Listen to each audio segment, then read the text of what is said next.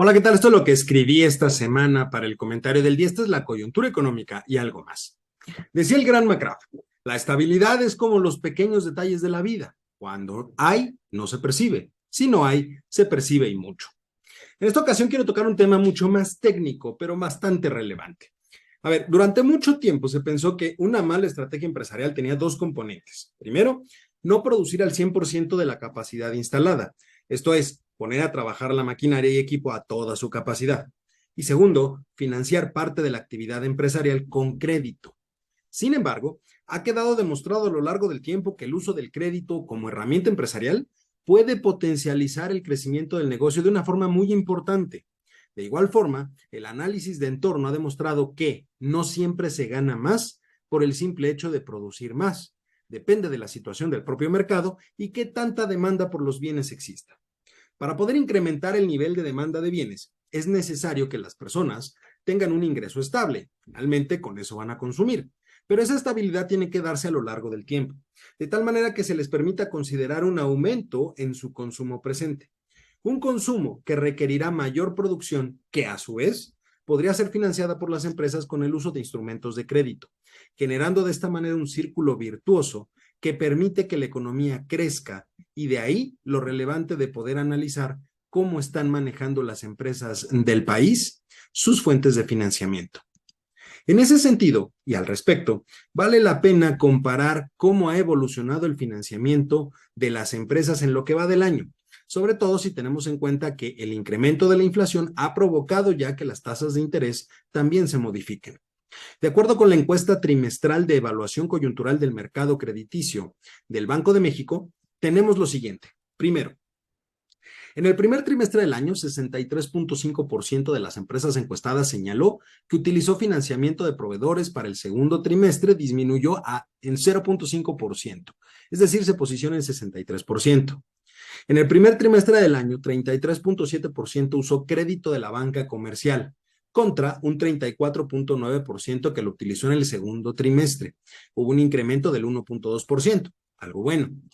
El uso del financiamiento de otras empresas del grupo corporativo y o la oficina matriz en el primer trimestre fue del 14.9%. Para el segundo fue del 15.1%. Es decir, prácticamente un incremento nulo, 0.2%. En el primer trimestre del año, 2.5% utilizaron financiamiento de la banca de desarrollo.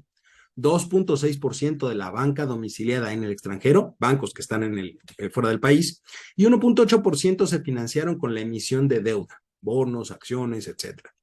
Para el segundo trimestre del año, 2.9% se financió mediante la banca de desarrollo, aumentó 0.4%.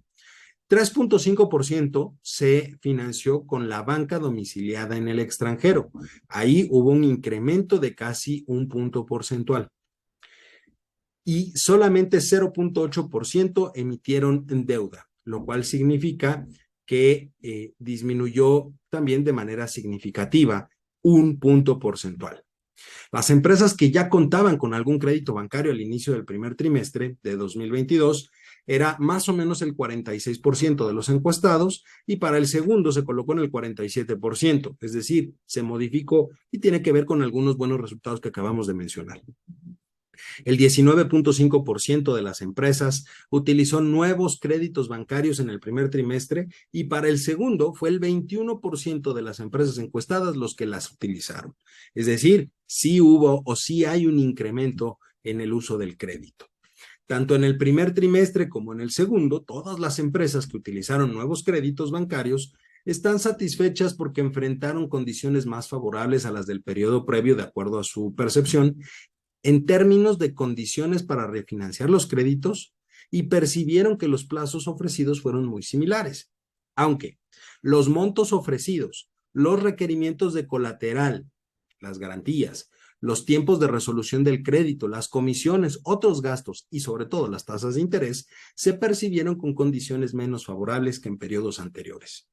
A ver, en resumen, pues, las empresas sí están utilizando el crédito como instrumento, pero los cambios más sustanciales son en el uso de recursos provenientes del extranjero, es donde más creció y se cambia prácticamente por la emisión de deuda.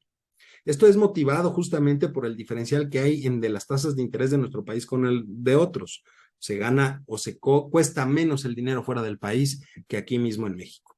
Esto significa también que aún se percibe cierta incertidumbre al interior de la economía mexicana de que podría suceder algo que en un momento dado genere un mayor costo de financiamiento y es más barato ir afuera. Si esta tendencia continúa, podemos generar o podríamos decir prácticamente que en el mediano plazo habría un problema de desincentivación de la inversión, solamente si esto continúa. Y eso, pues desafortunadamente sería un escenario nada favorable, aún a pesar, ojo, de que existe un sistema financiero sólido en nuestro país.